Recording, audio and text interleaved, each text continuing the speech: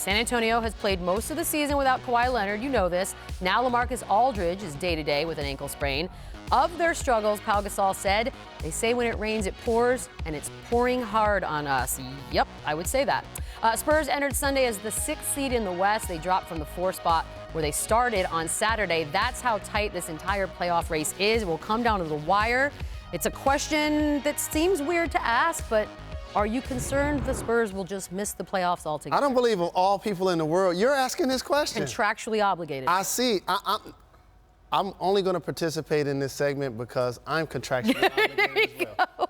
This is blasphemous. It's weird. The San Antonio Spurs will make the playoffs. I know it's a crowded West. I know 3-2-10 is separated by 3 games or so, but I look at their team almost like Pop is a superstar and he's playing on the floor.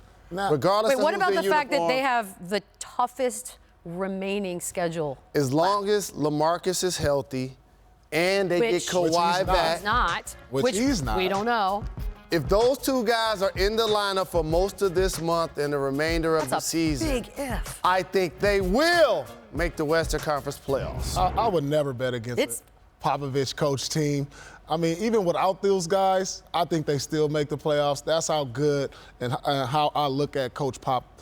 You know, I think he can coach this team He's as worth is. a couple spots? Yeah, he's worth. Okay. He's worth that just based on history and what he's done.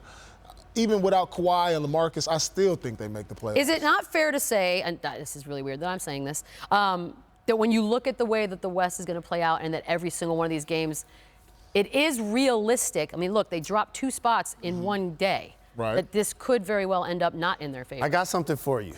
How about if you're the Houston Rockets, you get the #1 seed, and the San Antonio Spurs get the 8th seed? I'm listening. And all of a sudden, you play the team that eliminated you last year in the first round with a healthy Kawhi and LaMarcus. That's a problem. That will be a problem. Oh, man. Maybe they're looking at that. Maybe they want the Houston Rockets on purpose. I'm just saying. They're schedule watching. I'm telling you, and then the heroes come out of the locker room. A lot of these teams down the stretch schedule watch and, you know, rest players so they can get a certain slot in the playoffs, especially when you don't get home court advantage. You're like, this is a better matchup. That's why you got to have 1 through 16 seeding. Every day we're going to say it.